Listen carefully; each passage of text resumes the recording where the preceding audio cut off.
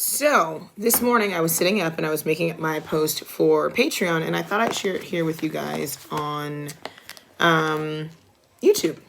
So we're going through Nehemiah's prayer and preparation for the fall set of feasts. And so I wanted to encourage you all to kind of jump in and share with us in the process. And we cover today the 7 elements of Nehemiah's prayer. And I want to kind of go through the prayer with you guys this morning and what he prayed. And then send you on your day because we have school here. And I'm just taking a second out because I think it's something very important for us to share as a community. As we're looking for redemption and the return of our captivity, it is super important for us to be able to pray and to introspect and to know where we are and to be in alignment with Yah, with the Creator, and with His will for His people. So Nehemiah chapter 1, or Nehemiah chapter 1, and that's all we're going to cover today.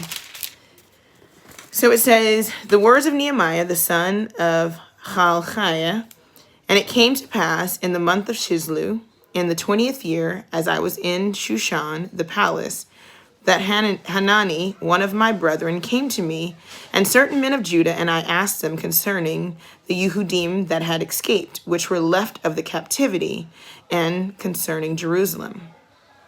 And they said unto me, the remnant that are left of the captivity there in the province are in great affliction and reproach. The wall of Jerusalem also is broken down, and the gates thereof are burned with fire.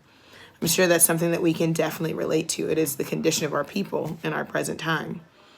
And it came to pass when I heard these words that I sat down and wept and mourned certain days, and fasted and prayed before the Elohim of heaven, and said, I beseech thee, O Yahuwah, Elohim of heaven, the great and terrible El, that keepeth covenant and mercy for them that love him and observe his commandments. Let thine ear now be attentive, and thine eyes open, that thou mayest hear the prayer of thy servant, which I pray before thee now, day and night, for the children of Israel, thy servants, and confess the sins of the children of Israel, which we have sinned against thee. Both I and my father's house have sinned. We have dealt very corruptly against thee, and have not kept the commandment, nor the statutes, nor the judgments which thou commandest thy servant Moses. Remember, I beseech thee, the word that thou commandest thy servant Moses, saying, if ye transgress, I will scatter you abroad among the nations.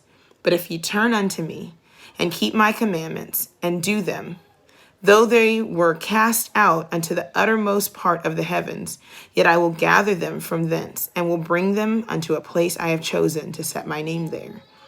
Now these are thy servant and thy people, whom thou hast redeemed, by thy great power and by thy strong hand. O Yahuwah, I beseech thee, let now thine ear be attentive to the prayer of thy servant, and the prayer of thy servants, who desire to fear thy name and prosper. I pray thee, thy servant this day, and grant him mercy in the sight of this man, for I was the king's cupbearer. I hope that's encouraging. I hope you guys can meditate on that, grab something out of that. On Patreon, we're going through the elements of the prayer and how this petition to Yah was made. And as we come into Feast of Trumpets, and then the introspection of Yom Kippur, and then the dwelling of Sukkot, I hope that these words are settled in the hearts and minds of our people as we pray for the return of our captivity. Have an amazing day. Shalom.